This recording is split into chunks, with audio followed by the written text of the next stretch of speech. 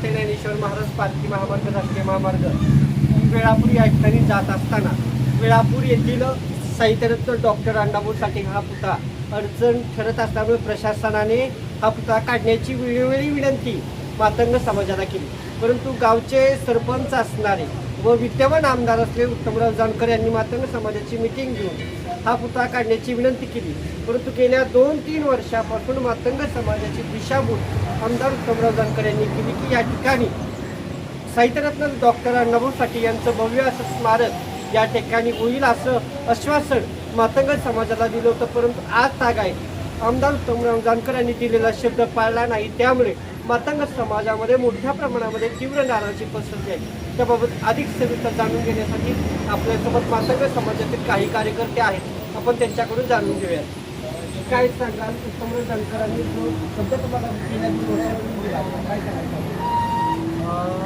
चालता विषय असा की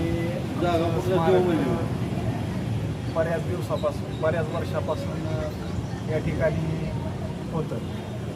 हे स्मारक असताना पालखी महामार्गाचं काम सुरू झालं। पालखी महामार्गाचं काम सुरू झाल्यावर आमचं स्मारक पालखी महामार्गाच्या मध्यस्थी येत होतं। मग अडचणीचा विषय हा होता की आमच्या स्मारकाला जागा कुठं द्यायची। मग आमच्या स्मारकामुळं नॅशनल हायवेचं काम, पुणे पंढरपूर पालखी महामार्गाचं काम 2 ते 2.5 वर्ष थांबलं होतं, रखडलं होतं, कारण की पुतळ्याचा प्रश्न ऐरणीव होता, स्मारकच्या जाग्याचा प्रश्न ऐरणीव असल्यामुळं हा प्रश्न रखडलेला होता। त्यात विधानसभा निवडणूक नुकतीच आली होती, जवळजवळ तोंडावरती आली होती। मग झाला विषय काय, आम्ही आमच्या समाजानं ठरवलं की जो आमच्या पुतळ्याचा प्रश्न मार्गी लावल आम्ही त्याला मतदान करणार, जो आमचा पुतळ्याचा प्रश्न मार्गी लावणार नाही त्याला आम्ही मतदान करणार नाही, असं आमच्या समाजात बैठक होऊन हे गोष्टी ठरल्या होत्या। मग आम्हाला काय केलं की भावी म्हणजे आता असलेले आमदार उत्तमरावजी जानकर यांनी आम्हाला शब्द दिला की आचारसंहितेत असा शब्द दिला की तुम्ही पुतळा इथून काढा आणि पाठीमागं बसवा, आचारसंहिता असली तरी काम स्मारकाचं काम करून द्यायची जिम्मेदारी माझी, असं म्हणून आमच्या मातंग समाजाची मतं मिळवली आणि आमच्या मातंग समाजाची फसवणूक केली, दिशाभूल केली या आताच्या चालू विद्यमान आमदारांनी। आपण वारंवार पाठपुरावा करत आहात, वारंवार पाठपुरावा केला। आमदार साहेबांकडे 4 वेळा जाऊन आला आमचं शिष्टमंडळ, आमच्या मातंग समाजाचं शिष्टमंडळ 4 वेळा त्यांच्याकडे जाऊन आलं, परंतु ह्याच्यावर कोणताही मार्ग काढण्यास आमदार उत्तमराव जानकर तयार नाही।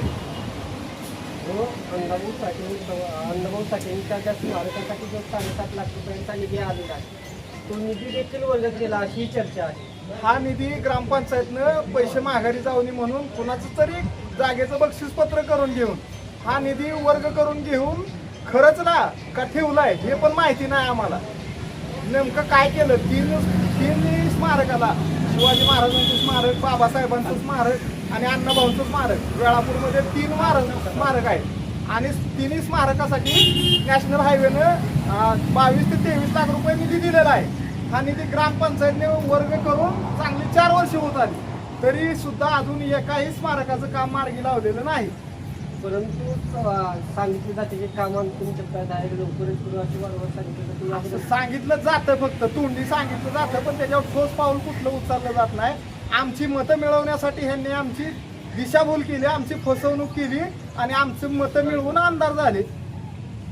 आता इथून पुढची तुमची दिशा कशी असणार, कारण की आता अगदी तोंडावर की 1 ऑगस्टला साहित्यरत्न अण्णाभाऊ साठेंची जयंती येते, 2 वर्षापासून रखडलेलं स्मारक आहे, आता इथून पुढची दिशा काय असेल?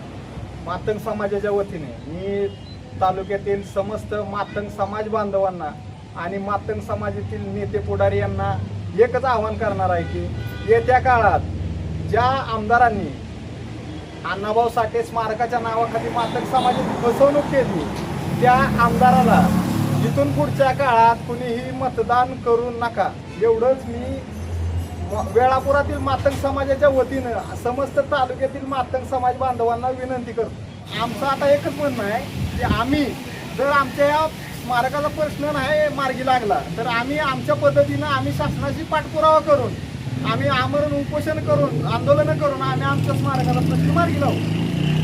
आपण काय सांगाल? आपण अण्णाभाऊ साठेंचा जो पुतळा होता तो काढण्यामध्ये आपणही होता, ज्यावेळेस आमदारांनी पुस्तक दिला त्यावेळेस आपणही होता. काय सांगाल आपण?